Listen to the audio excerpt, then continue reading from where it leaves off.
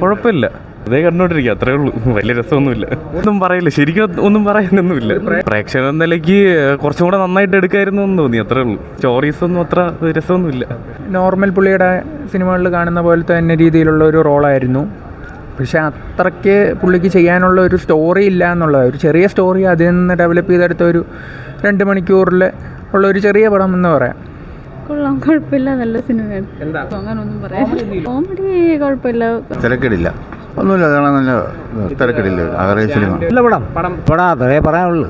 എല്ലാം നല്ല എല്ലാവരും കാണാം, കണ്ടത് അവസാനമൊക്കെ നല്ല രസമായിരുന്നു കാണാൻ, കണ്ടോണ്ടിരിക്കാം.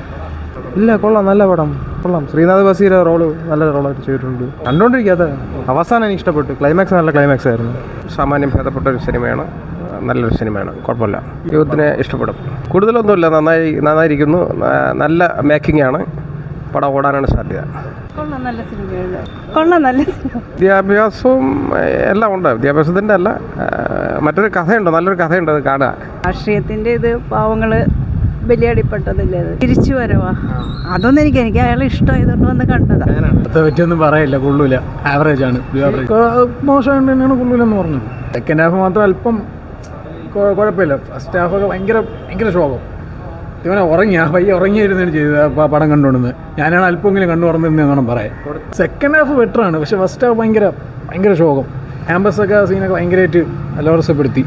കുഴപ്പമില്ല, ആവറേജാണ് പടം. ഫസ്റ്റ് ഹാഫ് കണ്ടുകൊണ്ടിരിക്കാൻ പറ്റില്ല, സെക്കൻഡ് ഹാഫ് ആയപ്പോൾ ഓക്കെയാണ്, ഒരു ആവറേജ് പടം.